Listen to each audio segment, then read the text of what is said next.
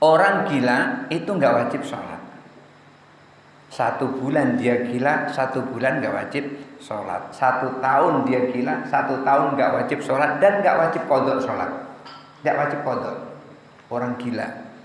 5 tahun dia gila, 5 tahun nggak wajib sholat dan nggak wajib qadha. Jadi kalau pengen tidak sholat selama 10 tahun dan nggak wajib qadha. Warahmatullahi wabarakatuh.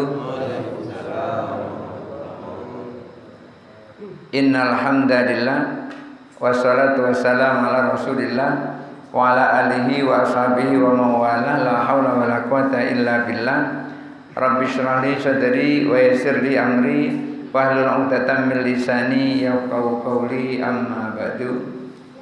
Bapak Ibu hadirin jamaah Langgar Raudhatul Jannah yang dirahmati Allah. Kemarin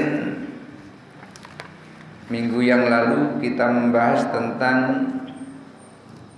peringatan yang disampaikan oleh Imam Al-Ghazali dan kemudian dijelaskan oleh Imam Nawawi tentang orang-orang yang terlena oleh setan, di mana diperingatkan agar jangan sampai tertipu oleh tipuan-tipuan setan, karena setan itu pandai sekali menipu kita. Kita beramal sudah capek-capek sampai lelah, tahu-tahu amal kita ditipu oleh setan sehingga amal kita nggak punya pahala apa-apa, karena ditiupkan riya oleh setan dalam hati kita saat kita beramal. Oleh karena itu kita diperingatkan agar hati-hati. Dan ketika tidak tahu, itu juga disampaikan bahwasanya agar kita bertanya, karena hukum bertanya bagi orang yang tidak tahu adalah wajib, fardhu ain. Masing-masing kita nggak tahu wajib bertanya. Tanyanya kepada siapa? Dijelaskan fas'alu ahla dzikri, tanya kepada ahli zikir.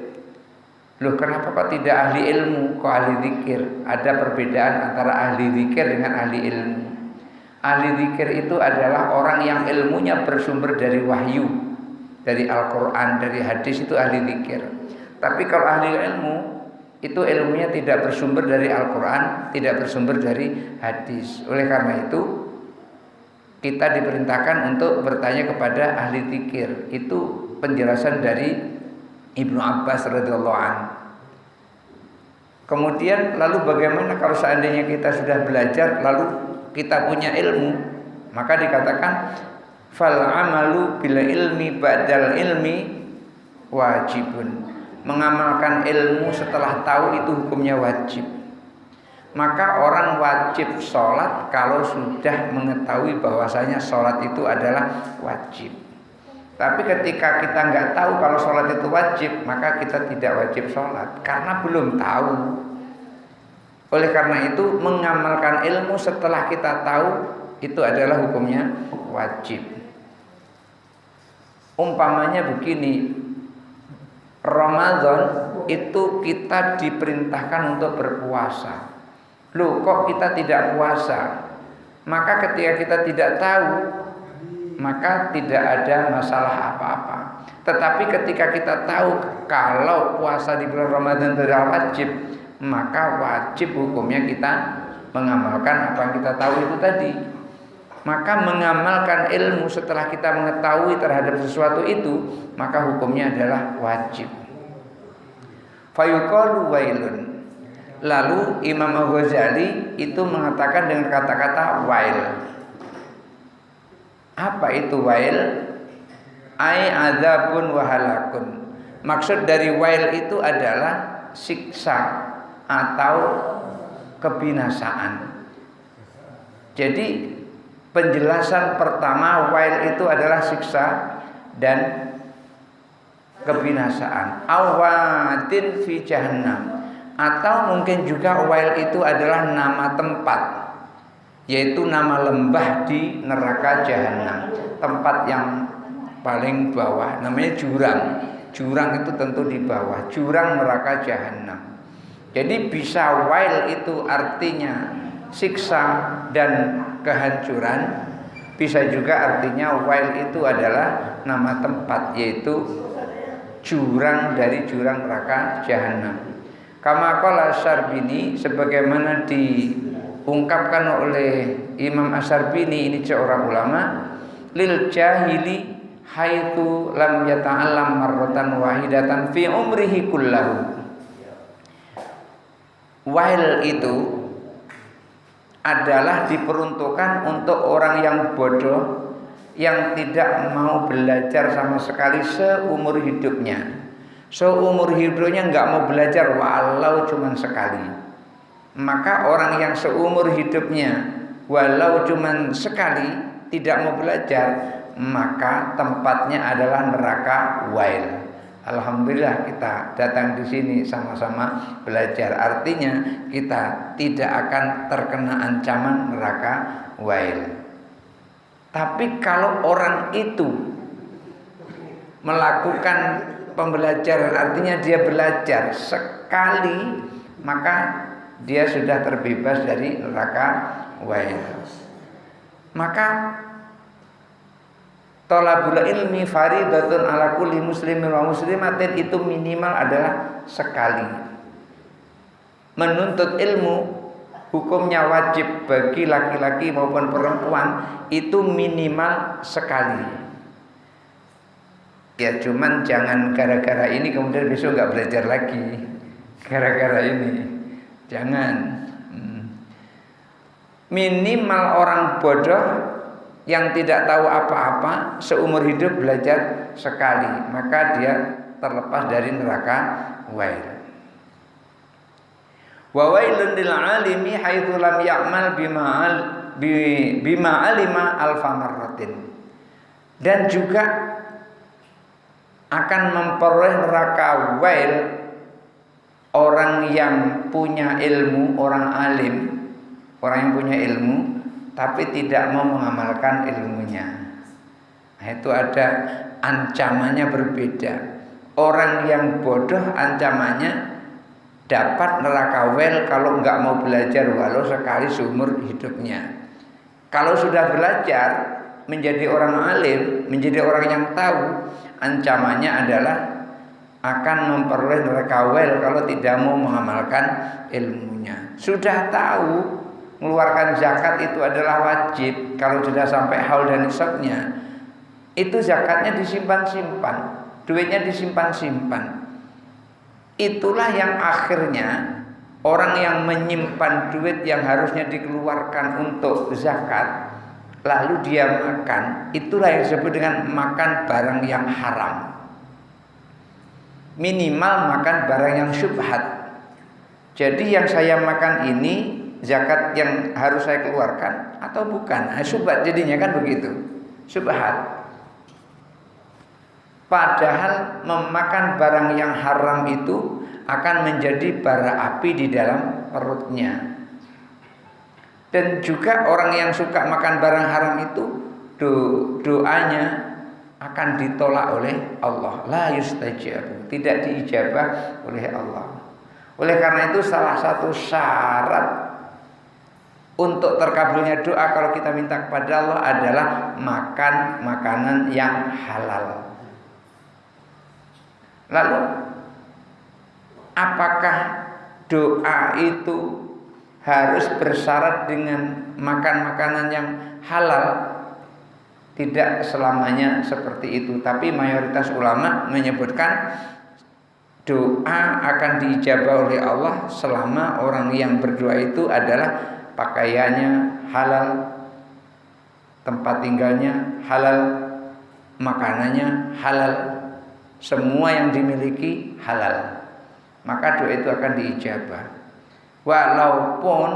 Walaupun dia banyak maksiat, menentang, tidak mengikuti perintah Allah, suruh sholat tidak mau sholat, suruh sujud tidak mau sujud, doanya juga dikabulkan. Siapa itu? Iblis. Iblis itu doanya dikabulkan. Dulu pada zaman Nabi Adam baru diciptakan, itu iblis pernah berdoa kepada Allah supaya umurnya panjang sampai kiamat tiba. Lalu diijabah oleh Allah. Disebutkan wa innaka minal mundharin, engkau termasuk yang ditangguhkan. Artinya umurnya sampai hari kiamat. Jadi mulai dari diciptakan iblis itu sampai sekarang masih hidup. Masih hidup. Cuman Nabi Adam itu tidak minta seperti itu. Andaikan minta seperti itu, Masya Allah, bumi ini penuh dengan manusia. Kalau nggak ada yang mati-mati manusia itu. Tapi Nabi Adam tidak minta seperti itu. Hanya saja nanti kalau sudah sangat tua, itu bisa kembali ke anak-anak. Tapi bukan badannya, kelakuannya. Bukan badannya tapi kelakuannya. Tapi kalau iblis, jin itu, nah itu kalau sudah sangat tua nanti kembali ke anak-anak. Bukan hanya sekedar kelakuannya tapi juga fisiknya.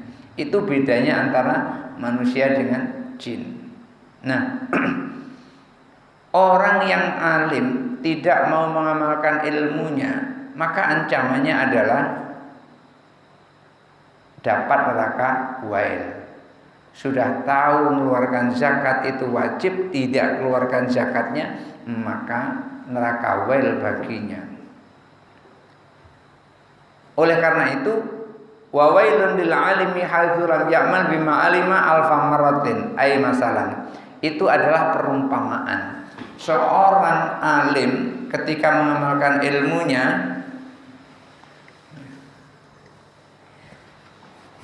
seorang alim ketika ia mengamalkan ilmunya, tidak mengamalkan ilmunya maksudnya 1000 kali umpamanya, maka orang seperti itu diancam neraka wail. Wa yuqalu aidan, dan juga dikatakan wailun lil alimi haitsu lam ya'mal bima alima sab'ina marratan. Neraka wail bagi orang alim yang tidak mengamalkan ilmunya sebanyak 70 kali. Yang tadi 1000 kali, yang sekarang ini 70 kali. Artinya sama-sama banyak. 70 kali juga banyak, 1000 kali lebih banyak lagi. Jadi orang alim itu maksudnya adalah diharuskan untuk mengamalkan ilmu yang telah dia pelajari. Contohnya gini. Ketika seseorang belum tahu tentang sholat, lalu ia belajar tentang sholat. Sholat itu yang pertama adalah takbiratul ihram, Allahu Akbar. Lalu dijelaskan takbiratul ihram itu adalah khutbah mangkibai. Takbiratul ihram itu mengangkat tangan sejajar dengan telinga. Sejajar dengan telinga itu maksudnya gimana? Sejajar dengan telinga itu maksudnya adalah dijelaskan oleh ulama, ibu jari ini sejajar dengan telinga. Ibu jari ini sejajar dengan telinga. Ya tidak harus ditempelkan, ini tidak. Yang penting kira-kira sejajar dengan telinga gitu. Bukan di depan. Bukan di depan ini. Kalau mazhab Syafi'i bukan di depan seperti ini. Apalagi kayak gini ya. Ini sepertinya top apa nih, menghentikan kendaraan dari depan. Nah, tapi adalah khutbah mangkibain. Mangkibain itu 2 pundak. Pundak satu di sini, pundak satu di sini. Berarti tempatnya adalah di sini. Bukan di depan, tapi di kanan dan kiri. Dan ibu jari ini sejajar dengan telinga. Itu yang diajarkan di dalam fikih Syafi'i seperti itu. Setelah dia tahu, lalu diamalkan itu, dilaksanakan itu. Maka orang seperti ini artinya dia telah mengamalkan ilmu yang telah ia lakukan, yang telah ia ketahui. Faqaulu alfu marratin yata'allaqu biqauli lam ya'mal. Ucapan Imam Ghazali dengan mengatakan alfu marratin 1000 kali untuk orang alim itu kaitannya dengan amal. Jadi kalau sudah tahu ya harus diamalkan berkali-kali. Maksudnya begitu, berulang-ulang. Tidak hanya hari ini saja sholat seperti ini, tapi besok juga sholat seperti ini. Jangan hari ini seperti ini, besok seperti ini, besok seperti ini, berubah-ubah seperti itu. Enggak boleh. Kenapa? Karena yang diajarkan adalah seperti ini. Ini dalam kitab Al-Muhadzab fi Fiqh Syafi'i dikatakan seperti itu. Wa kadza qauluhu marratan fa huwa muta'alliqun bi qauli lam yata'allam. Dan untuk orang bodoh, orang jahil itu dikatakan sekali dia belajar, itu kaitannya adalah dengan belajar. Sekali itu kaitannya dengan belajar. Untuk orang alim berkali-kali kaitannya dengan mengamalkan ilmu. Untuk orang bodoh kaitannya dengan belajar. Artinya orang alim harus mengamalkan ilmunya berkali-kali. Itu hanya perumpamaan saja. 1000 kali, 70 kali itu hanya perumpamaan saja. Dan untuk orang bodoh itu sekali saja seumur hidupnya dia belajar, selamat dia. Jadi ada kaitannya dengan belajar. Yang alim kaitannya dengan amal, yang bodoh kaitannya dengan belajar. Bukan sama, tapi berbeda. Wa huwa adharu wa ahsan. Maka ucapan seperti ini lebih jelas dan lebih bagus. Untuk orang alim kaitannya dengan mengamalkan ilmu. Untuk orang bodoh kaitannya dengan belajar. Maka jelas sekali seperti itu.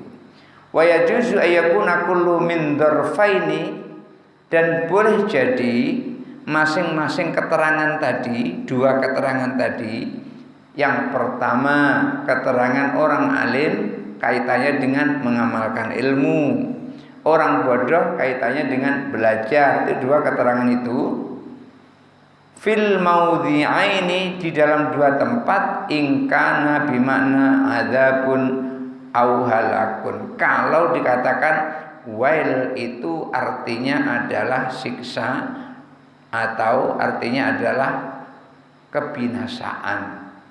Kalau artinya wail itu adalah siksa dan kebinasaan, maka dua penjelasan tersebut orang yang tidak mengamalkan ilmunya mendapat siksa. Orang yang tidak mau belajar, orang bodoh nggak mau belajar juga mendapat siksa. Hanya saja beda. Kalau untuk orang bodoh hanya 1 kali siksa, tapi kalau untuk orang pintar, orang alim itu berkali-kali siksa. Wala yajuzu dzalika in kana makna wahid, dan tidak boleh dikatakan seperti itu kalau makna wail itu adalah satu. Maksudnya adalah wadin min jahannam, merupakan jurang dari neraka jahanam. Artinya ketika wail itu artinya nama tempat, yaitu sebuah jurang yang ada di dalam neraka jahanam, li'annahu ismu dzatin, karena wail itu adalah nama zat, nama sesuatu. Wahina idin yakunu adzabul alimi a'dzam. Maka pada saat posisi seperti ini, makna wail ini adalah merupakan jurang dari jurang neraka jahanam, atau maknanya adalah merupakan siksa atau kehancuran, maka orang alim itu memiliki siksa yang lebih berat min adzabil jahili, dari siksanya orang bodoh. Orang alim yang tidak mengamalkan ilmunya diberi siksa oleh Allah lebih berat daripada orang bodoh yang tidak mau belajar.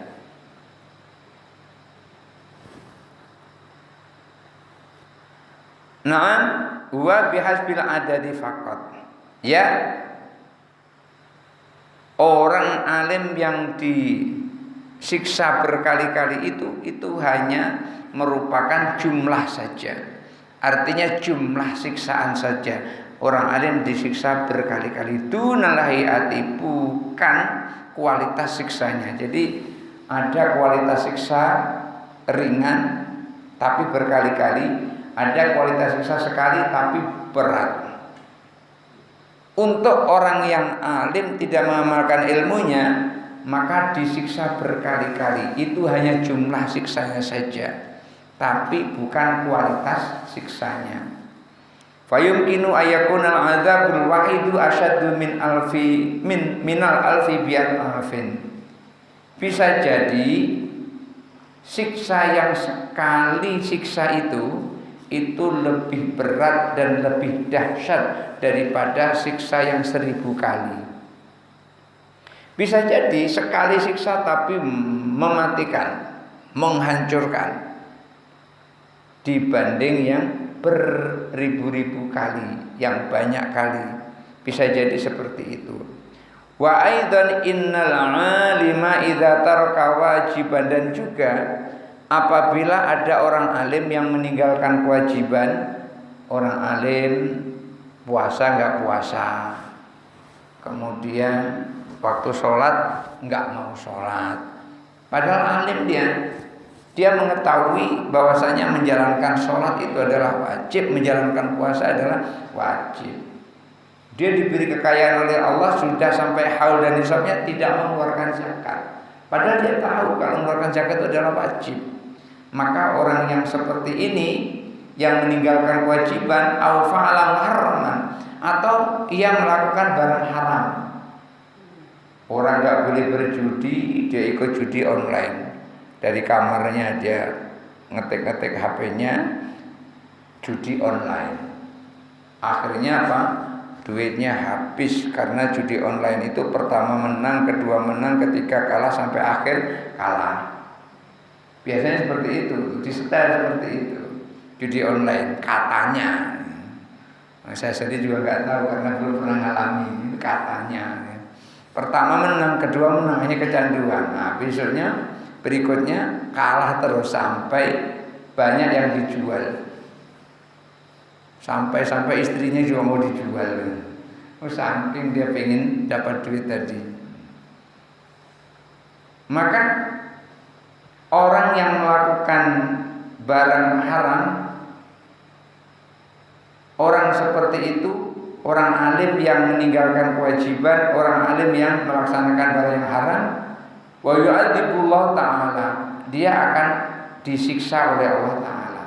Orang alim tidak puasa, orang alim tidak sholat, orang alim tidak mengeluarkan zakat padahal sudah sampai haul dan nisabnya, orang alim tidak menunaikan ibadah haji padahal sudah ada duit untuk berangkat haji. Orang alim melakukan dosa, minum minuman keras, orang alim ikut berjudi, maka orang seperti itu akan disiksa oleh Allah Subhanahu wa ta'ala. Wa yajuzu ayyakuna ta'dzibahu ta'ala lahu tadhiran lahu. Bisa jadi siksa yang berkali-kali tadi untuk orang alim itu lantaran membersihkan dosanya. Kan memang dosa itu Bapak, kalau di dunia itu seperti cor-coran yang masih basah. Gimana cor-coran basah itu? Cor-coran basah itu kalau dibuka emalnya, Bapak Ibu tahu emal kan? Tahu kan emal?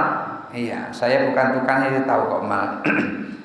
Jadi emalnya dibuka, masih barusan tadi dicor, kira-kira semenit yang lalu dicor, kemudian dibuka emalnya terus disemprot pakai air rontok itu.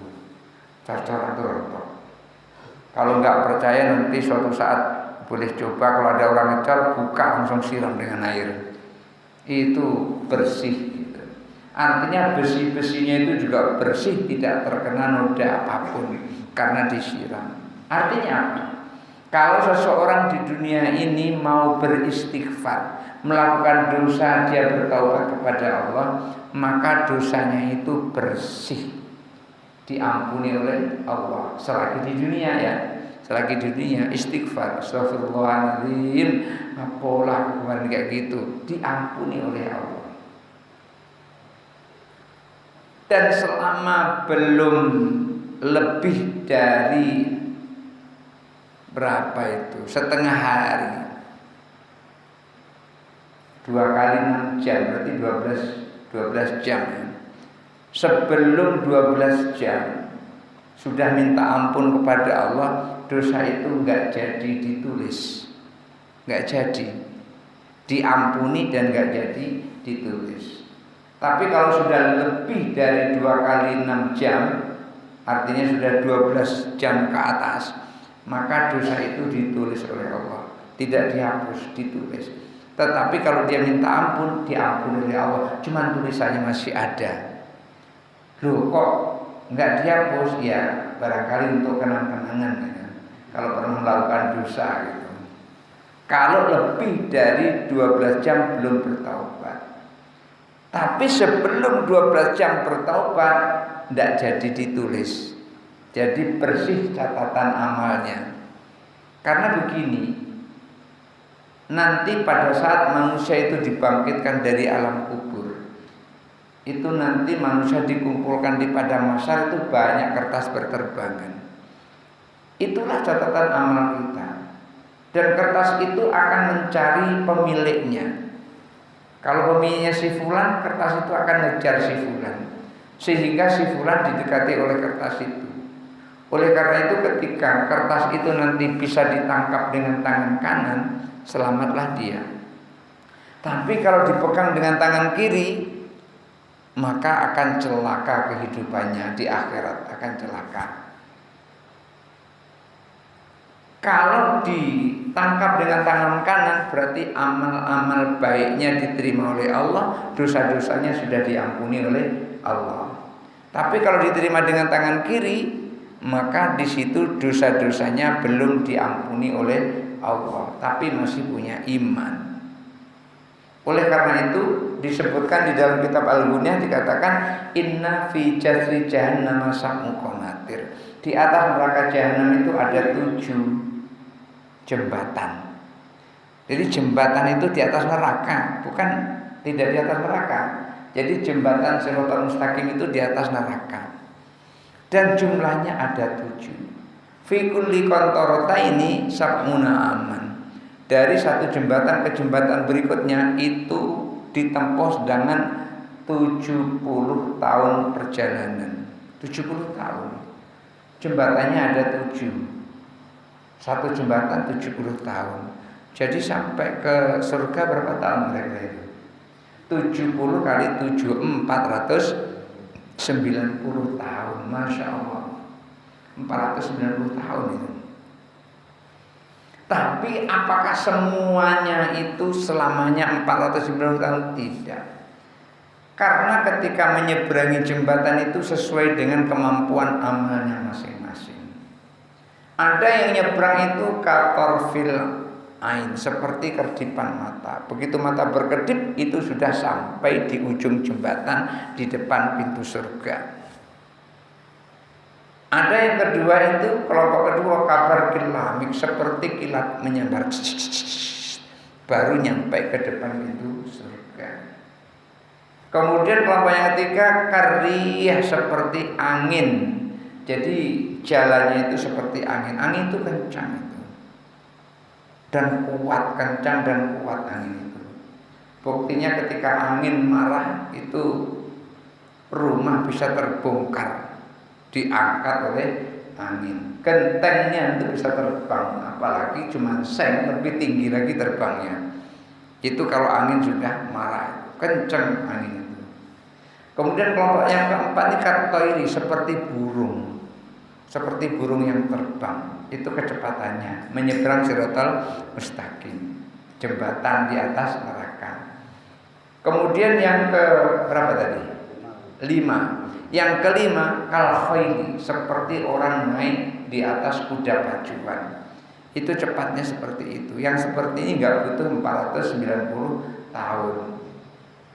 Kemudian yang ke-6 itu karajulil musyri'i, seperti pelari cepat.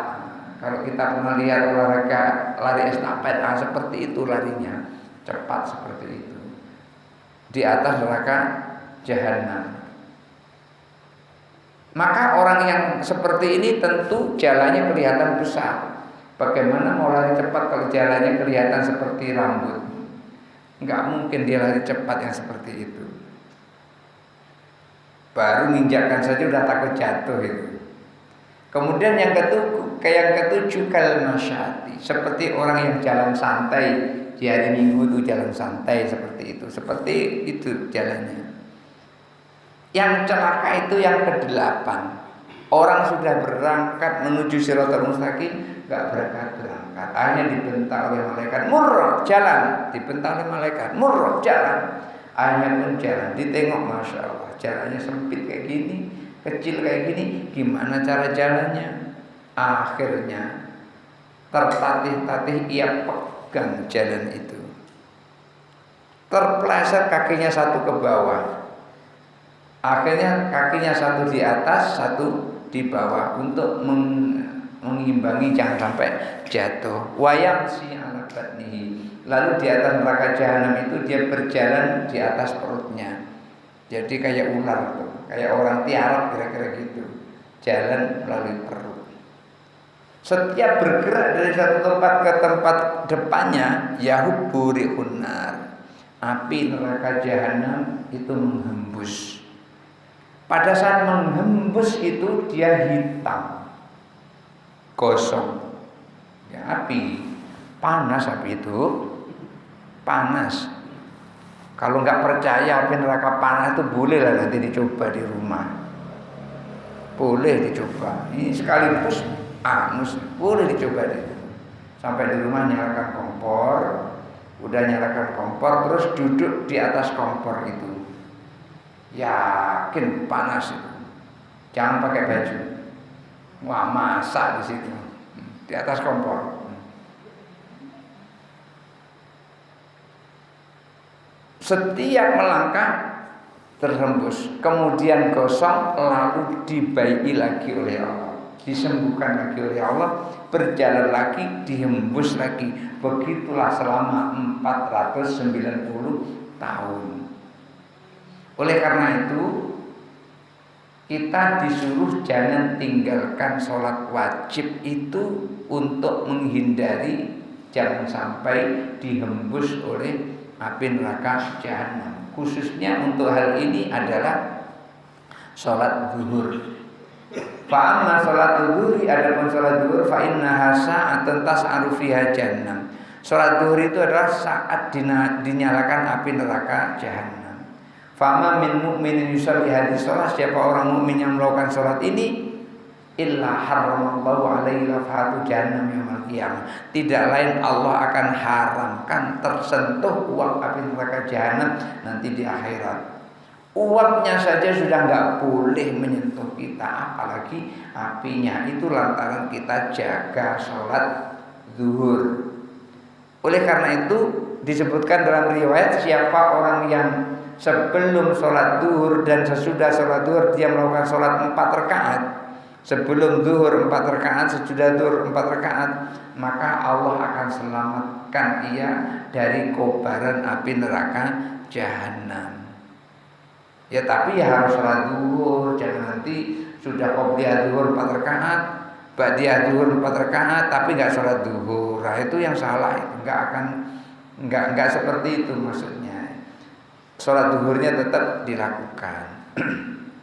Itu masing-masing dari sholat itu ada manfaatnya. Yang jelas menjalankan perintah. Umpamanya sholat isya nih, barusan kita sholat isya. Disebutkan dari riwayat wa amma sholatul atamah, adapun sholat isya fa in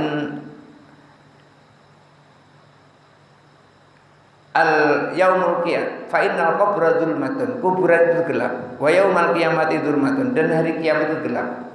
Faman masa ila dzulmatil laili, siapa orang yang berjalan di kegelapan malam ila sholatil atamah, menuju salat isya, illa atahu nuran, tidak lain Allah akan berikan cahaya nanti di alam kuburnya. Kuburan gelap, hari kiamat gelap, mau salat isya kuburannya menjadi terang benderang. untuk orang yang melakukan sholat isya itu. Oleh karena itu nggak usah berpesan kepada anak, nah nanti kalau bapak meninggal jangan lupa ya beli lampu Philips 150 watt taruh di kuburan. Nggak akan bisa menerangi. Lampu Philips itu menyerangi jasad, bukan menerangi roh. Jadi yang menerangi roh itu adalah amalnya yang dilakukan pada saat dia masih hidup. Atau ketika ada anak membaca surah Yasin, niatkan surah Yasin itu untuk orang yang dituju seperti bapaknya atau neneknya dan seterusnya, maka nanti Allah akan terima surah Yasin itu dan Allah akan jadikan cahaya sebesar bukit. Disebutkan seperti itu dari fadilah kita membaca surah Yasin. Di mana ini ada? Dijelaskan di dalam muqaddimah tentang surah Yasin oleh Ibnu Katsir di dalam tafsir Ibnu Katsir, tafsir Al-Qur'anul Azim. Jadi selama orang itu menjalankan perintah Allah, meninggalkan larangan Allah, maka orang itu akan selamat dari neraka. Oleh karena itu jangan sampai kita tinggalkan itu. Oleh karena itu ketika seseorang terpaksa masuk ke dalam neraka, itu sesungguhnya neraka itu bukan menyiksanya, tapi membersihkan dosa. Bukan menyiksa, tapi membersihkan dosa. Jadi malaikat gebuki orang itu bukan nyiksa, tapi membersihkan dosa. Kenapa kok begitu? Karena pengen masuk surga, pengen masuk surga. Kalau nggak pengen masuk surga, nggak akan dibersih seperti itu. Loh, apa orang berdosa nggak boleh masuk surga? Iya, orang dosa nggak boleh masuk surga. Karena dosa itu kalau dibawa ke akhirat itu seperti tadi kan pertama kalau masih di dunia kan seperti cor-coran basah ya. Kalau sudah dibawa ke akhirat itu seperti cor-coran yang sudah kering kayak gini, sudah kering. Itu kalau mau dipisahkan antara semen dengan besinya itu nggak bisa disiram, itu harus dipukul, harus digodam. Jadi karena dosa itu dia akhirat keras, itu digodam oleh malaikat supaya terlepas dosa dari imannya. Ibaratnya supaya terlepas semen dari besinya, itu harus digodam. Dan itu gratis, nggak perlu bayar. Untuk membersihkan dosa di akhirat itu gratis, nggak perlu bayar. Kalau kira-kira di dunia males untuk membersihkan dosa, bawa aja ke akhirat, serahkan kepada malaikat Zabaniyah. Malaikat Zabaniyah itu malaikat yang tukang nyiksa. Malaikat Zabaniyah dan kawan-kawannya banyak, itu tidak hanya satu orang, banyak. Jadi nggak usah khawatir nunggu giliran, nggak ada nunggu giliran. Karena banyak jumlahnya malaikat itu. La yahsayallah, yang bisa menghitung jumlahnya hanya Allah karena saking banyaknya. Jadi masuk neraka dipukul itu untuk membersihkan dosa supaya bisa masuk ke dalam surga. Kenapa? Karena dosa itu bau yang paling bau di antara bau yang bau. Itu dosa. Oleh karena itu nggak boleh masuk neraka. Saking baunya itu yudhi hawanas, menyakiti hidung orang di sekitarnya. Muntah-muntah itu. Kalau udah bau enggak karu-karuan dan muntah-muntah. Ada orang masuk ke dalam surga dalam membawa dosa, itu sekitarnya muntah-muntah. Dan tidak bisa dibersihkan kecuali dengan api. Kan memang ada kan gitu. Kalau telegu aja itu dia kentut, telegu itu baunya itu kalau kena kain itu lama nempelnya. Dicuci kadang-kadang juga masih bau. Jadi salah satu cara supaya cepat hilang baunya itu bajunya dibakar. Ini nggak bau lagi, cuma bajunya hilang karena dibakar tadi. Dosa juga seperti itu, karena Allah sudah memberikan contoh. Ada bau yang tidak bisa dihilangkan kecuali dengan api. Contohnya ikan asin. Ikan asin itu kan bau ya. Bau kan ikan asin? Apa ikan asin itu wangi gitu? Bau kan ikan asin amis gitu. Kalau mengatakan ikan asin itu wangi, gurih itu berarti bangsa kucing. Karena kucing itu senang dengan ikan asinnya. Lalu ketika ikan asin tadi dicuci pakai sabun masih tetap amis. Dicuci pakai rinso masih tetap amis. Lalu gimana caranya supaya tidak amis? Digoreng. Digoreng itu nggak akan amis lagi. Jadi ikan pedo amis digoreng. Sudah digoreng itu dicacah-cacah pakai cabai sama pakai bawang merah. Ditumis cabai dan bawang merahnya, disiramkan di atas ikan pedo tadi. Rasanya enak, nggak amis lagi. Saya nggak bisa Bu makan ikan pedo itu yang mentah-mentah. Ibu bisa? Nggak bisa juga. Saya nggak bisa itu. Tapi kalau udah digoreng oleh istri, walah saya makan pakai itu. Itu artinya apa? Artinya baunya sudah hilang, tinggal gurihnya karena digoreng. Begitulah orang yang berdosa itu digoreng oleh malaikat supaya hilang baunya. Tapi kalau usah khawatir Ustaz, nanti malaikat kelewatan goreng jadi kegosongan. Enggak akan gosong. Udah terbiasa malaikat goreng. Nanti kalau udah wangi baru dimasukkan ke dalam surga. Dicuci di Nahrul Hayat, dibersihkan, baru dimasukkan ke dalam surga.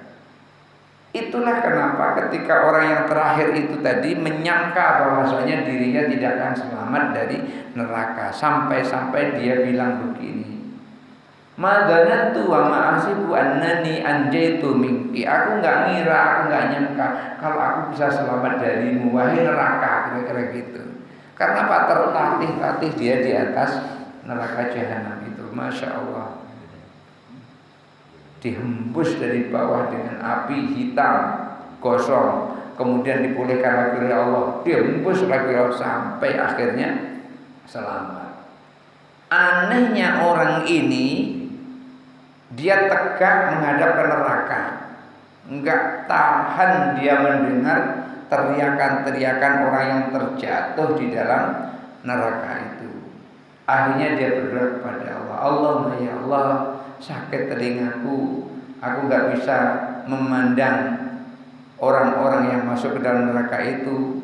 Berilah aku tabir dan palingkan aku darinya. Akhirnya diberi tabir oleh Allah. Allah suruh malaikat buat tabir, lalu orang tadi dipalingkan dari neraka. Jadi nggak menghadap ke neraka lagi. Ternyata yang dilihat adalah pintu surga. Tadinya dia bilang itu, aku tidak minta apa-apa ya Allah kecuali ini. Akhirnya begitu melihat pintu surga, dia berdoa, Allah ya Allah, dekatkan aku ke pintu itu. Aku tidak minta yang ya Allah kecuali ini. Datang malaikat, terus didekatkan ke dalam pintu. Ditengok di dalam itu, Masya Allah indah sekali. Akhirnya minta, ya Allah, aku masukkanlah ke dalam pintu itu. Ya Allah, aku tidak minta apa-apa kecuali ini. Malaikat gerem. Tadi katanya nggak minta apa-apa kecuali, tapi masih minta terus. Ya. Sampai-sampai Allah tersenyum melihat kelakuan orang ini. Akhirnya Allah perintahkan pada malaikat, jangan dimarahi, nggak boleh dimarahi. Akhirnya dimasukkan di dalam surga. Jadi pelan-pelan tuh sampai masuk ke dalam surga. 70 kali 7 490 tahun. Itu untuk orang yang banyak meninggalkan perintah Allah dan banyak melaksanakan larangan Allah. Makanya dia tertatih-tatih saat menerima amal diambil dengan tangan kiri. Maka orang alim yang tidak mengamalkan ilmunya lalu disiksa berkali-kali, itu siksanya adalah untuk membersihkan dosanya. Setelah dosanya bersih, yang enggak disiksa lagi. Kadza qala ba'duhum, demikianlah sebagian ulama menjelaskan banyaknya yang dimaksud orang alim tidak mengamalkan ilmunya 1000 kali, 70 kali, itu adalah mengandung banyaknya siksa. Tapi itu bukan kualitas siksa, hanya banyaknya siksa, bukan kualitas siksa. Wa ala hadzal ma'na mayuqalu, dan inilah berdasarkan ini ada perkataan az-zabaniyatu tasra'u lil ulama'i ghairil amilina. Malaikat Zabaniyah itu kalau melihat ada ulama, ada alim, orang alim yang tidak mengamalkan ilmunya, itu segera dihampirinya untuk disiksa. Itu malaikat Zabaniyah, itu malaikat yang tukang siksa. Kalau malaikat Malik kan malaikat penjaga neraka. Ini malaikat Zabaniyah yang tukang siksa. Qabla abadatil ausan, sebelum mendatangi orang yang menyembah berhala. Jadi lebih didahulukan orang alim yang tidak mengamalkan ilmunya daripada orang yang menyembah berhala. Kenapa begitu? Peringatan bagi orang yang sudah tahu, wajib mengamalkan ilmunya. Kalau sudah tahu, jangan sampai tidak diamalkan ilmunya. Umpamanya begini, dalam sebuah hadis disebutkan, man su'ila an ilmin fakatamahu aljamahullahu bilijamin min narin. Siapa orang yang ditanya tentang ilmu, ilmu apa saja, baik ilmu dunia maupun ilmu akhirat, lalu ia sembunyikan ilmu itu, tidak mau jawab, maka Allah akan kekang nanti dia di hari kiamat dengan kekangan api neraka. Misalnya gini, ada ibu-ibu datang ke rumah saya, lalu bertanya kepada istri saya, karena istri saya hobi bikin pempek. Lalu nanya, Bu, gimana caranya bikin pempek? Tidak mau menjawab, tidak mau memberikan tahu ilmu itu, maka ancamannya adalah al-jamahullahu bilijamin min narin. Allah akan mengekangnya nanti di akhirat dengan kekangan api neraka. Oleh karena itu, nggak usah khawatir, rezeki semuanya di tangan Allah. Jadi jangan sampai ilmu dirahasiakan, sampaikan saja. Jangan dikira ketika kita menyampaikan ilmu yang kita punya, dari hasil ilmu itu lalu mendatangkan rezeki, setelah kita berikan kepada orang, lalu rezeki kita terus turun, belum tentu. Bisa jadi dengan memberikan itu akan lebih banyak lagi dapat rezeki, asalkan kita memang bergantung kepada Allah, bukan bergantung kepada ilmu. Kalau ada orang yang bergantung kepada ilmu, itu orang salah seperti itu, nggak boleh. Hukumnya adalah syirik kalau orang bergantung kepada ilmu, harus bergantung kepada Allah. Maka Ibnu Athaillah As-Sakandari menyampaikan, wa min alamatil i'timadi 'alal amali nuqsanur rajai inda wujudi zalali. Salah satu ciri orang yang bergantung kepada amal itu adalah merasa jauh dari Allah ketika dia terjerumus kepada kemaksiatan. Ketika dia melakukan dosa yang dia lupa ketika melakukan dosa itu, lalu ia merasa jauh dari Allah, maka orang itu berarti bergantung kepada amal, tidak bergantung kepada Allah. Dan ketika dia merasa rajin sholat, rajin zikir, itu merasa dekat kepada Allah, maka orang itu berarti bergantung kepada amal. Lalu bagaimana yang sebaiknya? Yang sebaiknya adalah dalam keadaan apapun kita harus bergantung kepada Allah. Jangan sampai tidak bergantung kepada Allah. Dalam keadaan apapun kita bergantung kepada Allah. Dalam keadaan susah bergantung kepada Allah, dalam keadaan senang bergantung kepada Allah. Maka orang yang seperti ini berarti nih bergantung kepada Allah. Bergantung kepada selain Allah itu akan membuat kita kecewa. Berapa banyak orang yang menggantungkan nasibnya kepada orang lain, akhirnya orang itu mengingkari dan tidak mengabulkannya, akhirnya dia kecewa. Tetapi kalau bergantung kepada Allah tidak ada satupun yang kecewa. Kenapa? Allahu ghaniyun, Allah itu maha kaya dan akan memberikan apapun yang diminta oleh hambanya, tetapi sesuai dengan kehendak Allah, bukan sesuai dengan kehendak hamba. Itu perlu diingat itu. Kita minta kepada Allah, Allah kasih, tapi ngasihnya itu sesuai dengan kehendak Allah, bukan sesuai dengan kehendak kita, bukan. Kalau sesuai dengan kehendak kita enak, berdoa Allah, ya Allah berilah aku rezeki satu hari 10 juta aja ya Allah. Kayak gitu. Minta sehari 10 juta. Mau kita kan gitu. Mungkin lebih lagi dari itu mau kita kan. Tapi akan diijabah Allah sesuai dengan maunya Allah, bukan maunya kita. Karena yang punya kemauan itu adalah Allah, punya sifat iradah itu adalah Allah. Oleh karena itu tidak boleh kita bergantung kecuali kepada Allah. Nah, orang yang seperti ini, orang yang alim tidak mau mengamalkan ilmunya, sholat tahu dia sholat itu wajib, nggak mau sholat.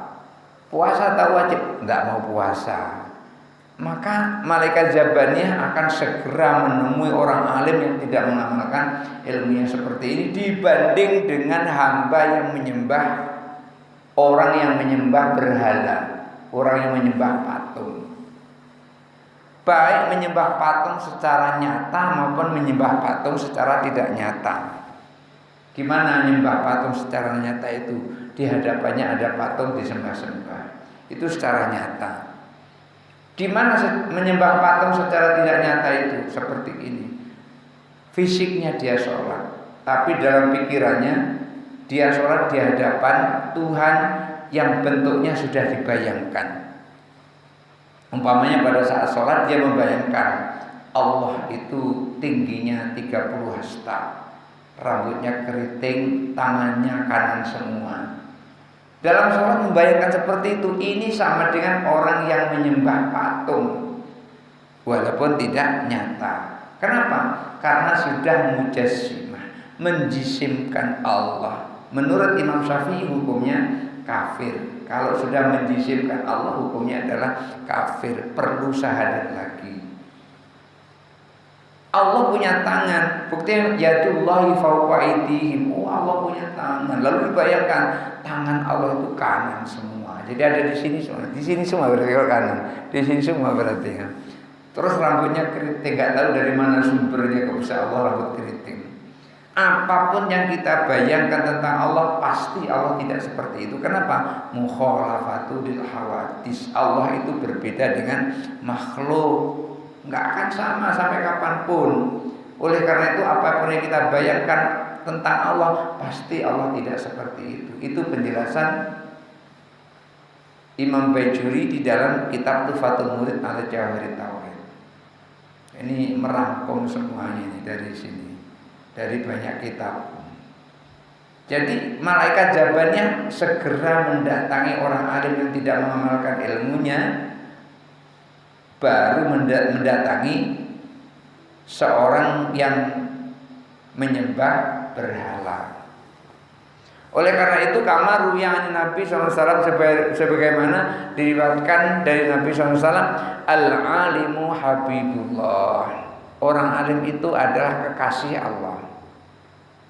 Walau kana fasikon, walaupun dia fasik. Fasik itu gimana sih? Fasik itu dia berbuat maksiat. Dia tahu kalau minum-minuman keras itu dilarang, tapi dia melakukannya. Dia tahu kalau sholat 5 waktu itu wajib, tapi dia tidak melakukan sholat itu secara rutin. Suka ninggalkan sholat. Orang seperti ini adalah orang fasik. maka orang fasik itu tidak boleh dijadikan imam. Jadi seorang imam tidak boleh berjudi. Seorang imam tidak boleh melacur pergi ke pucuk. Walaupun dulu tahun 2000 berapa 16 atau 2015 itu pucuk sudah ditutup. Saya waktu itu ikut diundang oleh Pak Pasha untuk nutup pucuk itu yang di Langit Biru. Tapi nggak tahu yang tempat lain. Tapi nyatanya masih ada juga yang ketangkap karena melacur. Buktinya apa? Di panti Talang Bakung, saya sering isi di sana. Di hadapan saya itu para pelacur-pelacur yang saya ceramai. Tidak boleh ngomong salah sedikit, itu udah rame yang seperti itu. Padahal sudah ditutup, tapi masih ketangkap. Berarti di tempat itu ditutup, dia praktek di tempat lain. Ini apa gunanya ditutup itu? Ini nggak ada gunanya. Akhirnya dikurung di panti itu. Kalau nggak salah setahun diberi keterampilan seperti jahit dan seterusnya. Saya suka ngisi pengajian mereka di situ, di panti apa namanya itu, panti sosial yang di yang di Talang Bakung itu. Ya. Orang alim itu adalah kekasih Allah, walau karena fasikun, walaupun dia fasik. Dia alim tapi melakukan dosa itu fasik. Wal jahilu adullah, dan orang jahil, orang bodoh itu adalah musuh Allah, walau kana abidan, walaupun dia adalah seorang ahli ibadah. Rajin dia ibadah tapi bodoh, itu adalah musuh Allah. Alim fasik itu masih kekasih Allah. Kenapa?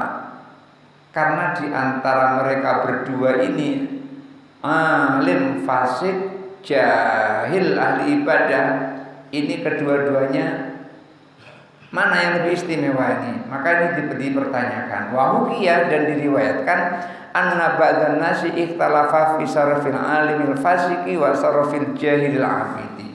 Diriwayatkan ada perbedaan pendapat tentang siapa yang paling mulia, orang alim fasik atau orang bodoh ahli ibadah. Kira-kira mana dulunya Pak Bu? Orang alim fasik. Orang alim suka maksiat, suka berjudi, suka melacur, suka mencuri, suka yang buru-buru lah, yang berdosa. Satu lagi ahli ibadah tapi bodoh. Mana lebih mulia di antara dua ini? Orang alim fasik atau ahli ibadah bodoh? Maka untuk membuktikan mana yang lebih mulia antara orang fasik, alim fasik, dengan orang ahli ibadah tapi bodoh, ini mereka langsung turun ke lapangan.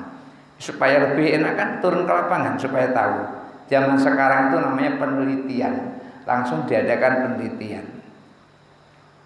Fakharaja ahadu minhum, di antara orang-orang yang berselisih pendapat tentang mana yang lebih alim, orang fasik, alim fasik, mana lebih mulia, orang alim yang fasik atau orang yang bodoh ahli ibadah, mana yang lebih mulia di antara dua kelompok ini? Lalu salah satu di antara mereka turun lapangan. Wadhaba ila sauma'atil abidil jahili. Lalu ia pertama pergi ke tempat biara, tempat ibadahnya orang bodoh ahli ibadah. Dia pergi ke situ. Orang bodoh ahli ibadah sedang duduk, sedang berzikir. Mungkin zikirnya subhanallah, subhanallah, umpamanya gitu kan, sedang berzikir. Lagi berzikir tuh dia sambil ngintip dari luar itu, seakan-akan itu bunyi Tuhan. Artinya Allah mengeluarkan suara di hadapannya. Lalu ia mengatakan, orang tadi, ya ibadi, wahai hambaku, ngomong sama orang yang tadi itu. Suaranya dirubah lah, kira-kira jangan sampai kayak suara manusia gitu kan, agak bergema dikit atau gimana. Ya ibadi, hai hambaku, qabiltu dakwataka, aku telah menerima doamu. Wa ghafartu laka dzanbaka, aku telah ampuni dosa-dosamu. Fatrukil ibadah tawastari, maka sekarang tinggalkan ibadah dan istirahatlah.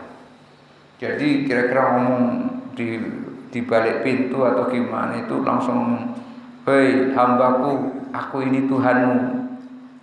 Aku telah terima doa-doamu, aku telah ampuni dosa-dosamu.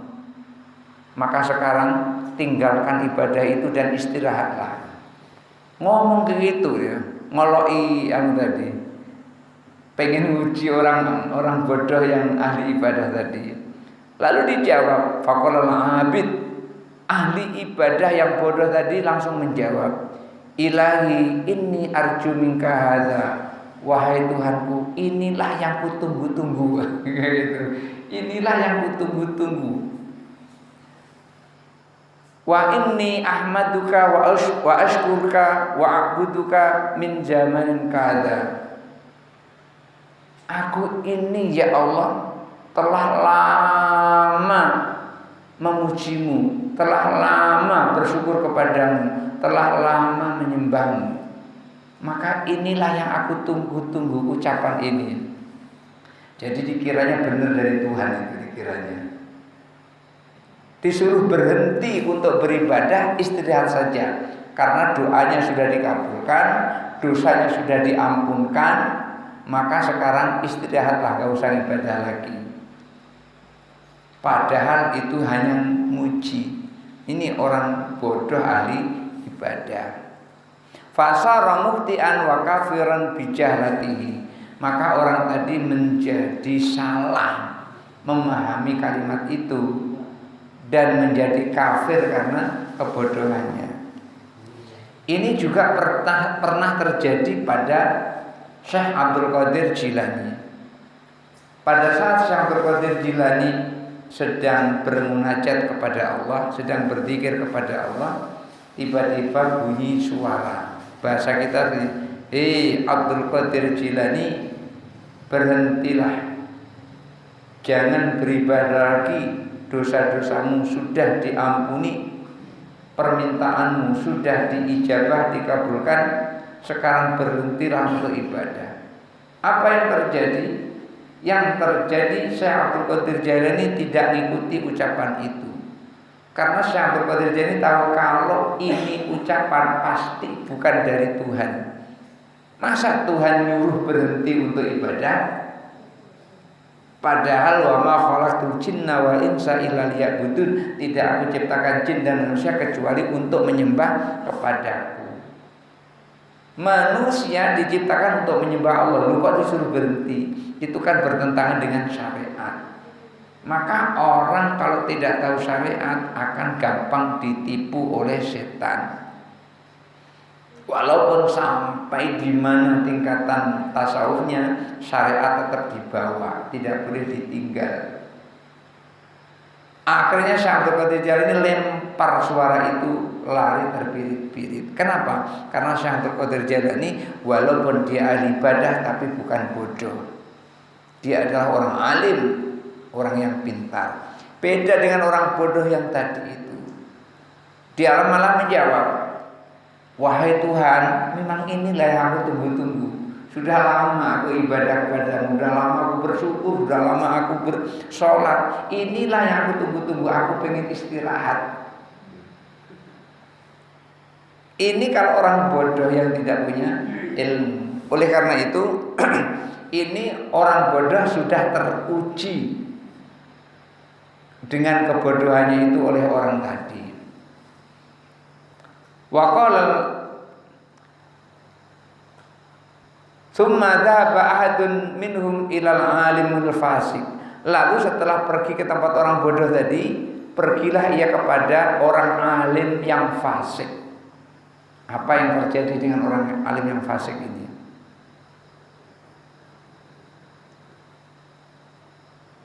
Fa idza huwa yasrabul khamra. Orang alim fasik tadi ketika didatangi oleh orang yang memujinya tadi, ia sedang minum khamr, sedang mabuk dia, sedang sempoyongan sambil megang botol. minum khamr. Faqala, lalu ia pun berupaya bersuara seperti suara Tuhan, kayak tadi ganggu atau nyakili ahli ibadah yang bodoh tadi. Dia katakan, ya ibadi, wahai hambaku, ittaqi minni, takutlah kau padaku. Wa ana rabbuka, aku ini Tuhanmu loh.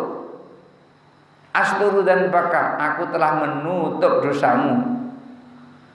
Wa anta tastahi minni, sementara kamu gak malu kepadaku, kamu nyekek botol seperti itu. Fa inni uridu an ahlakaka, aku ingin hancurkan kamu. Jadi orang tadi ngomong seperti itu. Wahai hambaku, takutlah kau kepadaku, aku ini Tuhanmu. Aku menutup dosa-dosamu sehingga kamu gak malu, sementara kamu sendiri tidak malu kepadaku. Maka aku ingin hancurkan, binasakan kamu. Apa yang terjadi setelah didengar oleh orang alim fasik tadi? Fasallal alimul fasiku saifahu. Orang alim fasik tadi menghunus pedangnya. Mendengar ucapan itu dihunus pedangnya. Wa kharaja min makani, lalu beranjak dia dari tempatnya. Faqala, lalu orang alim fasik tadi ngomong, ya mal'un, wahai terlaknat. Ngomongnya kayak gitu dia. Wahai terlaknat, anta la ta'lamu rabbak, kamu gak tahu siapa Tuhanmu? Fa inni u'allimuka rabbakal ana, nih sekarang kutunjukkan siapa Tuhanmu, dengan menghunus pedangnya itu. Apa yang terjadi? Fa farra dzarikal qail, orang yang ngomong tadi langsung lari terbirit-birit ya, ketakutan dengan pedangnya orang alim fasik tadi. Fa ulima bidzalika syaraful ilmi wa ahluhu, maka dalam riwayat ini ketahuan siapa orang yang mulia itu, orang alim fasik atau orang ahli ibadah. Ternyata yang lebih mulia adalah orang alim fasik. Walaupun dia fasik, dia masih mengenal Tuhannya. Tapi orang jahil, orang bodoh ahli ibadah gak tahu sama sekali dengan Tuhannya. Dia gak kenal dengan Tuhannya. Orang alim fasik masih kenal dengan Tuhannya. Buktinya apa? Ketika dikatakan oleh orang yang ngetes tadi, itu ternyata dia sebut, kamu gak tahu Tuhanmu? Nih aku ajari biar kamu tahu Tuhan. Dengan dicabutnya pedang itu lari terbirit-birit. Artinya apa? Orang alim fasik ini pengen menunjukkan siapa sebenarnya Allah itu, siapa sebenarnya Tuhan itu. Sementara orang jahil ahli ibadah, yang dia tahu hanya ibadah, dia nggak tahu kepada Tuhannya.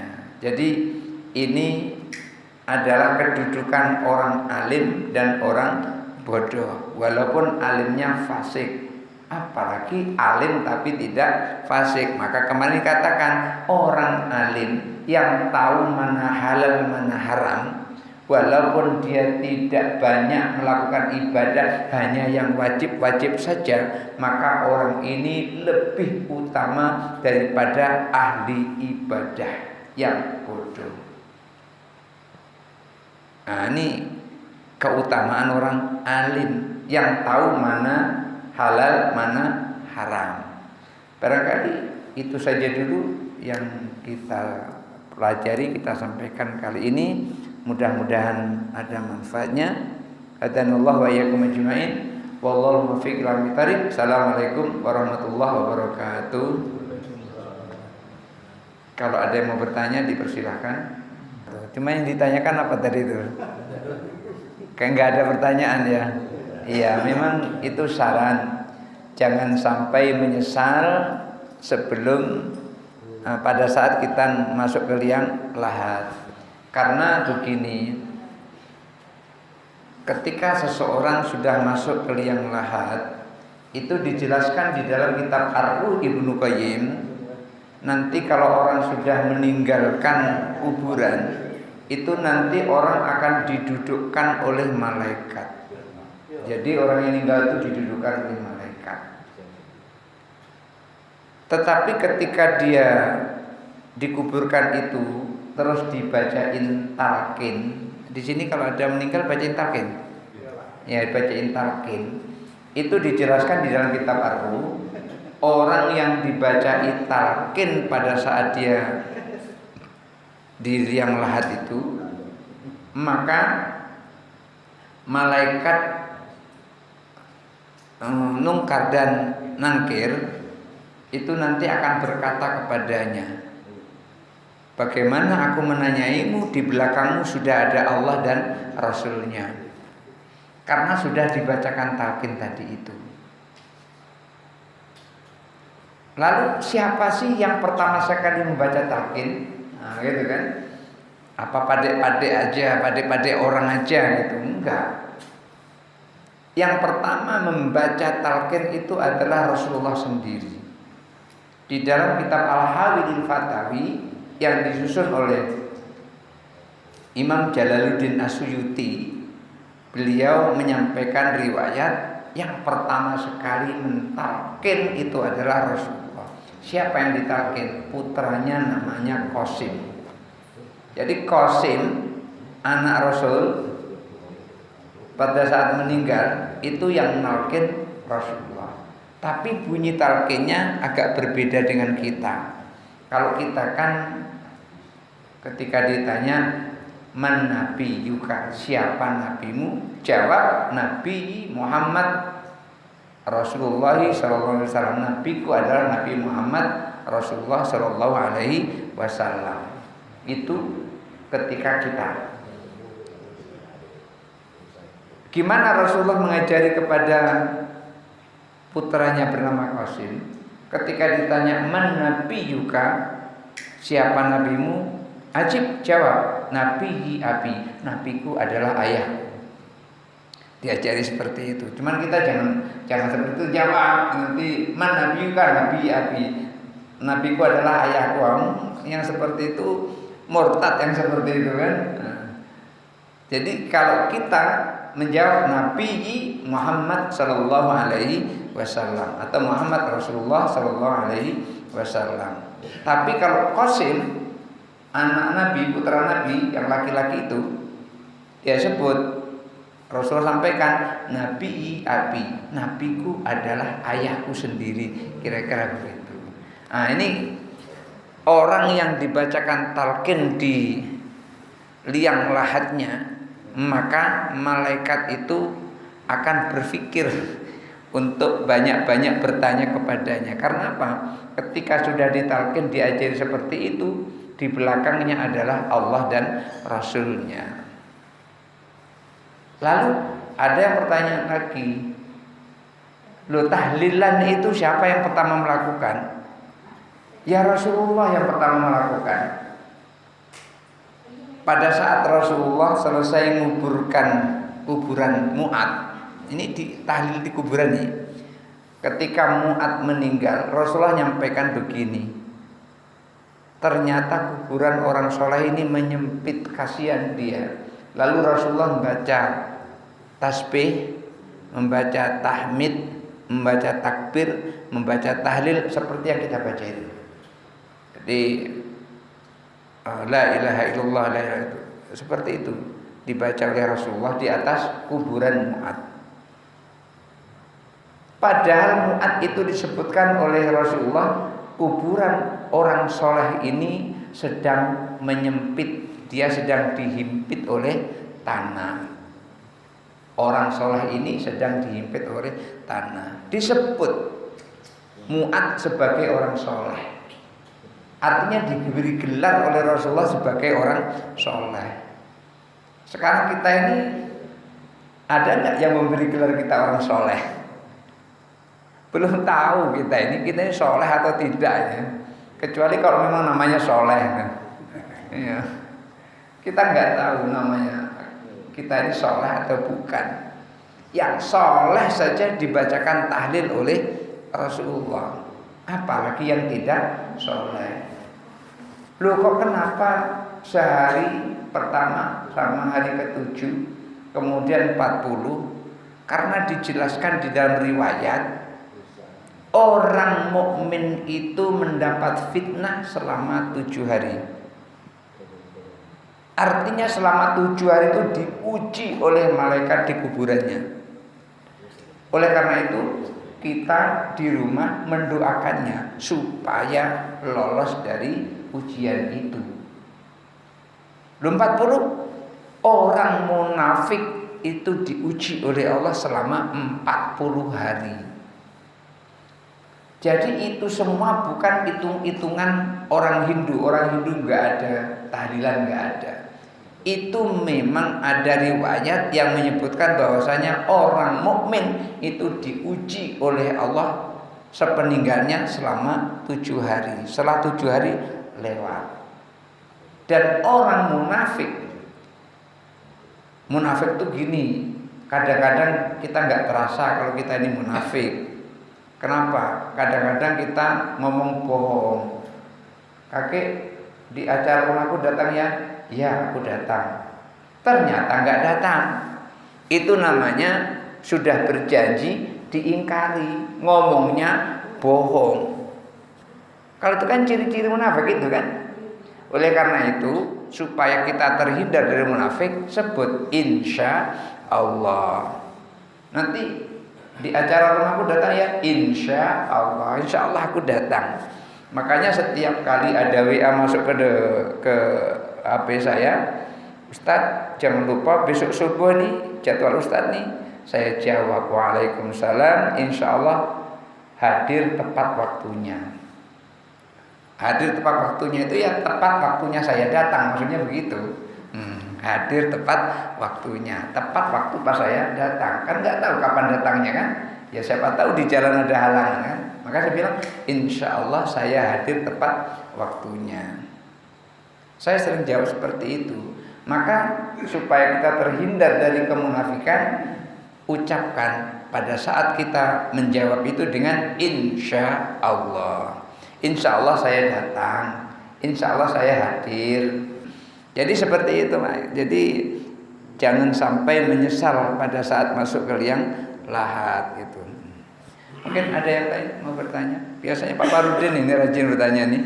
Di dalam kitab Al-Hawil Fatawi itu ada perbedaan pendapat ulama. Apakah anak yang masih kecil itu mendapat pertanyaan dari Munkar Nakir atau tidak? Karena anak masih kecil itu dia nggak punya dosa. Nggak punya dosa sama sekali. Sementara Allah akan membalas setiap perbuatan. Faman ya'mal mithqala dzarratin khairan yarah wa may ya'mal mithqala dzarratin syarran yarah. Coba bayangkan Bapak Ibu, ketika anak kecil nanti di hari kiamat belum beramal apa-apa, kira-kira mendapat apa balasannya? Maka nanti mereka akan protes kepada Allah. Ya Allah, andaikan engkau panjangkan umurku nih, saya aku akan begini dan begini. Nah, itu. Tetapi engkau tidak beri izin aku berumur panjang. Sama dengan orang yang idiot. Orang yang idiot itu otaknya nggak nyampe. Dia protes. Ya Allah, andaikan engkau beri aku otak yang normal, niscaya aku akan lebih baik dari mereka. Kenapa? Karena orang idiot kan nggak sholat, orang idiot nggak puasa. Lalu kalau nggak sholat nggak puasa gimana? Apakah dia berdosa? Menurut fikih tidak berdosa karena akalnya tidak sempurna. Tetapi orang yang seperti ini tetap masuk ke dalam surga. Lewat apa? Lewat imtihan, lewat ujian. Jadi diuji. Orang idiot nanti diuji, orang gila nanti diuji. Tapi gilanya begini, begitu dia kecil tidak gila, pas balik dia gila sampai dia meninggal. Kapan dia mau beramal? Orang dia gila. Maka orang nanti seperti ini dia akan mengadu kepada Allah. Ya Allah, andaikan engkau beri aku sifat waras, tidak gila, niscaya aku akan rajin beribadah. Maka seperti itu. Maka orang-orang seperti ini idiot, meninggal masih kecil. Kemudian orang gila, orang gila apa nih? Orang yang Apalagi orang yang meninggal pada saat belum ada syariat. Misalnya gini, syariat Nabi Isa dan nabi-nabi terdahulu sudah nggak karuan di mana letaknya. Nabi baru belum ada, maka orang seperti ini masuk ke dalam zaman fatrah namanya. Maka orang-orang seperti ini belum ada kewajiban melakukan sholat. Belum ada kewajiban. Gimana caranya melakukan sholat? Perintah nggak tahu. Cara sholat juga nggak tahu. Gimana caranya? Maka orang seperti ini walaupun dia tidak menjalankan perintah karena tidak tahu, maka ini termasuk orang yang pada al-fatrah. Ini masuknya surga itu melalui ujian. Nanti Allah akan kirim malaikat untuk menguji mereka. Apa ujiannya? Udkhulun nar. Kalian masuk ke dalam neraka. Ketika mereka masuk ke dalam neraka, maka neraka itu enggak panas, dingin neraka itu. Selamat dia dari siksaan api neraka. Tapi begitu dia maju, takut dengan neraka, balik lagi, ya Allah, enggak mungkin aku masuk ke situ. Maka perintah yang kedua, itu neraka benar-benar panas. Itu yang disebutkan oleh Rasulullah. Dalam riwayat itu disebutkan dalam kitab Al-Hawil Fatawi yang biasa saya ajarkan di Masjid Al-Mabrur Asrama Haji. Nah, perintah pertama neraka dingin, tapi kalau balik lagi perintah kedua neraka jadi panas. Betul-betul dia masuk ke dalam neraka. Lalu apa di sini fungsinya? Fungsinya kalau dia taat pasti masuk surga. Tapi kalau dia nggak taat, bantah seperti tadi, ya jadi panas neraka, masuk ke dalam neraka. Sama-sama masuk neraka, cuman yang pertama nerakanya dingin, yang kedua nerakanya betul-betul panas. Jadi yang diuji adalah ketaatannya. Maka anak kecil, terus anak idiot, kemudian orang gila, nggak pernah dia sehat dalam kondisi balik. Idiot memang dari awal. Idiot itu kan dari awal sampai meninggal biasanya idiot. Maka orang-orang seperti ini masuk surga melalui imtihan, melalui diuji oleh malaikat. Udkhulu an-nar, masuk kalian neraka, masuk nurut, masuk dalam surga. Karena nerakanya tidak panas. Karena api itu apa maunya Allah. Kalau Allah jadikan panas, ya panas. Kalau Allah jadikan dingin, ya dingin. Maka Allah kan sampaikan kepada api, ya narukuni barda wa salaman ala Ibrahim. Hai api, kamu jangan panas, dingin kamu, dan selamatkan Nabi Ibrahim. Akhirnya Nabi Ibrahim masuk ke dalam kobaran api, dikiranya sudah hangus, ternyata keluar segar bugar. Itu kenapa? Karena api panas karena kehendak Allah, api dingin karena kehendak Allah juga. Jadi seperti itu. Boleh ditalkin. Maka di situ ada perbedaan pendapat, anak kecil itu ditalkin atau tidak. Ada yang mengatakan anak kecil tetap ditalkin karena Nabi pernah mentalkin anaknya. Lalu bagaimana kalau tidak ditalkin? Kalau tidak ditalkin juga tidak apa-apa karena anak kecil belum mendapat beban hukum. Jadi enggak berhak menerima siksa, enggak berhak menerima azab. Kenapa? Enggak punya dosa. Jadi kan rufi al-qalamu an salasin. Pena Allah diangkat dari manusia, sejahat apapun, kesalahan apapun, walaupun itu umpamanya minum-minuman keras, berjudi dan seterusnya, itu tidak akan dicatat oleh Allah dosanya dari tiga ini. Yang pertama, anak kecil sampai dia dewasa, sampai dia balik. Maka anak kecil itu sebelum dia balik, kelakuan apapun yang dilakukan tidak dicatat oleh Allah. Nakal senakal-nakalnya nggak diperhitungkan oleh Allah. Itu anak kecil. Kemudian an-naim hatta yastaqido, orang tidur sampai dia bangun dari tidurnya. Orang tidur itu enggak sholat, enggak berdosa, tapi syaratnya tidur. Kalau misalnya tidur sehari semalam, umpamanya ini tidur sehari memang enggak bangun benar sehari semalam, tidak bangun-bangun sama sekali, maka selama sehari semalam itu nggak wajib sholat. Itu orang tidur. Yang ketiga, orang gila sampai sembuh dari gilanya. Orang gila itu nggak wajib sholat. 1 bulan dia gila, 1 bulan nggak wajib sholat. 1 tahun dia gila, 1 tahun nggak wajib sholat dan nggak wajib qadha sholat. Nggak wajib qadha. Orang gila 5 tahun dia gila, 5 tahun nggak wajib sholat dan nggak wajib qadha. Jadi kalau pengen tidak sholat selama 10 tahun dan nggak wajib qadha, berarti harus gila selama 10 tahun gitu. Karena apa? 10 tahun, 20 tahun dia gila, tidak wajib qadha sholatnya dan dia tidak wajib sholat selama dia gila. Memang benar-benar gila gitu. Maka 3 ini diangkat penanya oleh Allah, tidak tidak diperhitungkan oleh Allah. Cuman kalau ada perempuan gila itu ada permasalahan. Kalau ada perempuan gila kemudian datang bulan, maka tetap dia tidak wajib sholat. Tapi kalau ada orang murtad dia gila, maka tetap dia wajib mengganti sholatnya kalau sudah sembuh dari gilanya, kalau dia masuk Islam kembali.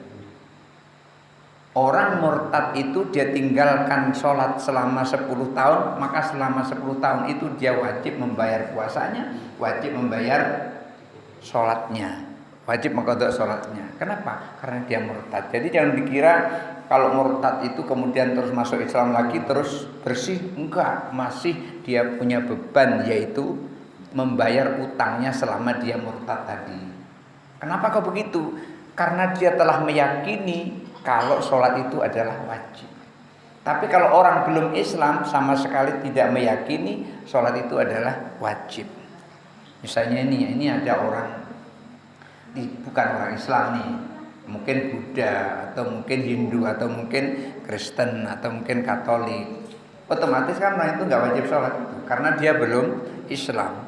Begitu dia mengatakan asyhadu alla ilaha illallah wa asyhadu anna muhammadar rasulullah, saat itu wajib sholat dan yang lalu-lalu itu diampuni oleh Allah dosanya. Maka pada saat itu setelah mengucapkan 2 kalimat syahadat bersih putih.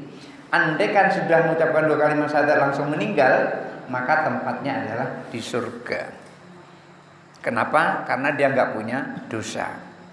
Maka dosa itu akan terhapus lantaran 2. Yang pertama, ikut hijrah bersama Rasulullah dari Mekah ke Madinah. Yang kedua, ketika dia mengucapkan 2 kalimat syahadat dari agama yang sebelumnya bukan Islam, maka bersih dosanya seperti orang yang ikut hijrah dari Mekah ke Madinah.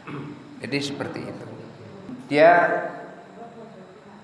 dibuatnya tidak sadar, umpamanya karena operasi dan seterusnya, maka orang seperti itu tidak wajib qadha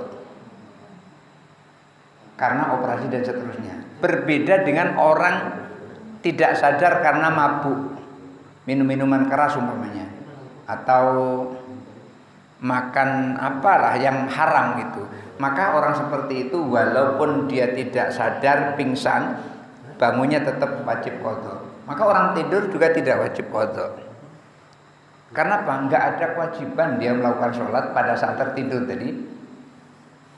Jadi kalau subuh siangan? Kalau subuh kesiangan itu masih ada waktu subuh sebelum masuk waktu zuhur. Misalnya bapak ibu bangun subuh itu jam 8, ya jam 8 itulah waktunya subuh. Saat itu langsung ambil wudhu, sholat, enggak usah malu. Tapi dengan syarat memang bangunnya jam 8. Karena mungkin semalam ada acara gitu, banget baru mau tidur, mata ini jam 3 subuh, tahu-tahu bangun jam 9. Ya jam 9 itu waktunya sholat subuh. Karena Nabi pernah melakukan itu, walaupun tidak jam 9 ya. Nabi pernah di dalam perjalanan, Nabi capek. Akhirnya Nabi tidur di pintu gua. Akhirnya wastaiqadha binuri samsi, Nabi dibangunkan oleh cahaya matahari. Disinari badan Nabi yang mulai itu dengan matahari, akhirnya Nabi bangun. Setelah bangun, Nabi mencari air wudhu. Setelah dapat air wudhu, lalu Nabi sholat. Padahal matahari sudah tinggi itu. Itu artinya apa? Ketika kita tertidur, memang nggak bangun-bangun, siang itulah baru kita bangun, maka sholat subuhnya adalah di siang itu. Dan itu bukan qadha, adaan lillahi ta'ala. Jadi orang tertidur itu waktu sholatnya adalah pada saat dia bangun. Waktu tidur nggak boleh sholat. Iya, nggak boleh sholat karena nggak wajib waktu tidur. Maka wajibnya itu kalau dia bangun. Sama dengan sholat zuhur umpamanya. Ini kan rencananya jam 10 itu tidur. Karena kelelahan, mungkin baru balik dari Padang sampai rumah jam 10, di mobil nggak bisa tidur, akhirnya tertidur di situ. Rencananya nanti jam-jam 12 bangun. Ini jam 12 nggak bangun. Jam 1 nggak bangun. Jam 2 nggak bangun. Jam 3 nggak bangun. Jam 4 baru bangun. Maka pada saat itu langsunglah sholat zuhur, kemudian baru sholat asar. Atau sholat asar dulu, baru sholat zuhur boleh. Tapi sesuai dengan urutan, sholat zuhur dulu, baru sholat asar. Kenapa kok boleh sholat asar dulu, baru sholat zuhur? Karena yang punya waktu adalah sholat asar. Zuhurnya numpang di situ, maka boleh numpang itu dinomor duakan. Biasanya kan gitu kan, numpang itu di nomor 2 kan. Kan kadang-kadang memang begitu kan, kalau ada orang numpang di rumah kita, itu kan nggak kita taruh di kamar utama kan, tetap kita kamar utama kan, tetap yang punya rumah kan. Ada orang numpang terus disuruh masuk ke kamar utama kita, tidur sama istri kita, itu salah besar yang seperti itu. Itu salah besar seperti itu, nggak boleh seperti itu. Oleh karena itu, yang punya waktu adalah asar, boleh sholat asar dulu, baru sholat zuhur. Tapi boleh urutan, sholat zuhur dulu, baru sholat asar. Apa riwayatnya? Riwayatnya kemarin sudah saya sampaikan, ketika Nabi nggak sempat sholat zuhur, nggak sempat sholat asar, nggak sempat sholat maghrib, maka Nabi langsung sholat zuhur, asar, maghrib, isya di waktu isya semuanya. Berurutan seperti itu. Pada saat terjadi perang Khandaq. Karena kalau lagi perang kemudian terus sholat, itu kesempatan emas bagi musuh. Makanya ada sholat namanya sholat khauf. Sholat dalam keadaan kacau, dalam keadaan ketakutan karena perang. Gimana sholatnya? Sholatnya gantian. Jamaah tapi gantian. Nanti yang depan di sini sujud, yang di belakang jaga-jaga, bawa senjata, jaga-jaga. Nanti ketika yang di depan itu sudah selesai, baru yang belakang ikut sujud lagi. Yang di depannya tadi jaga-jaga. Itu namanya sholat khauf. Jadi gantian. Misalnya ada 2 baris gitu kan, 2 saf itu gantian. Nggak boleh bareng-bareng. Nanti kalau bareng-bareng musuh datang, siapa yang melawan? Nah, itu tata cara sholat khauf seperti itu. Ketika namanya disebut itu di dalam kitab Al-Fatawa Al-Hadisiyah. Di dalam kitab Al-Fatawa Al-Hadisiyah karya Ibnu Hajar Al-Haytami disebutkan di situ. Kalau ada orang yang mengirim seperti tahlil tadi, disebut namanya itu langsung sampai. Seperti kita mesen paket. Tapi ketika tidak disebut namanya, hanya muslimin muslimat, kan tidak biasanya mukminin mukminat, itu nanti dapat tapi antri. Iya. Karena dia mukmin, karena dia muslim, nggak disebut namanya. Semua yang muslim dapat, semua yang mukmin dapat itu.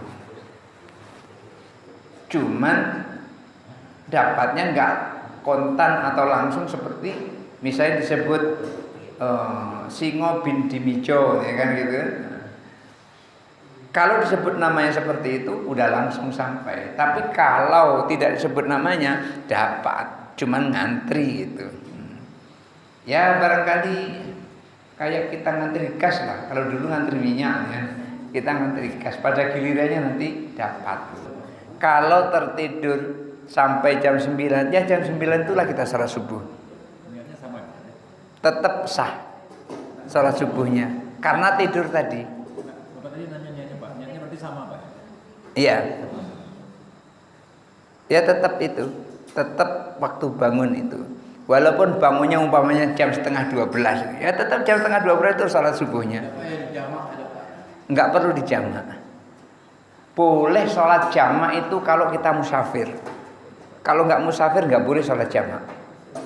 Musafir itu berapa jaraknya? Minimal jaraknya itu ada selisih pendapat. Ada yang mengatakan 80 kilo, ada yang mengatakan 81 kilo. Jadi kalau kita dari sini ke Kuala Tungkal itu sudah boleh sholat jamak. Karena sudah lebih dari 81 kilo. Apalagi dari sini ke Jakarta.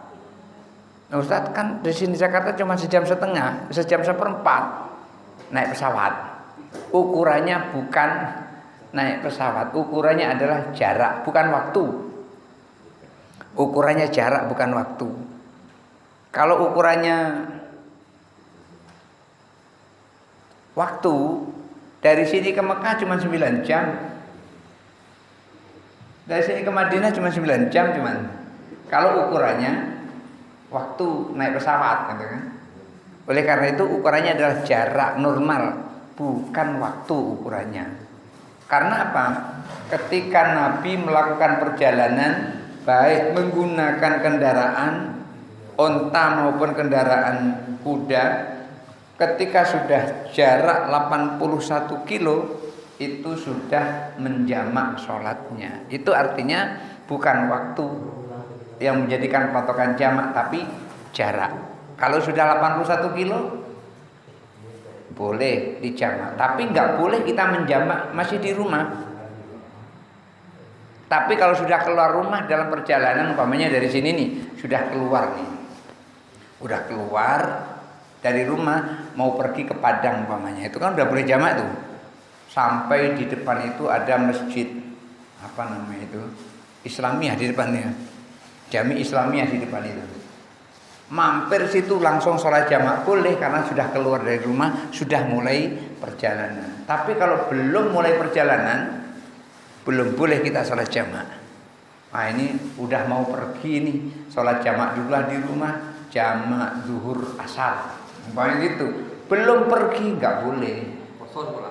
Iya, belum pergi nggak boleh. Tapi kalau sudah pergi, namanya musafir. Musafir itu kan orang dalam perjalanan, bukan orang mau pergi. Belum pergi kalau mau pergi itu. Yang beda ya, orang sudah dalam perjalanan atau masih akan dalam perjalanan itu berbeda. Yang boleh jamak adalah kalau sudah dalam perjalanan. Kira-kira gitu.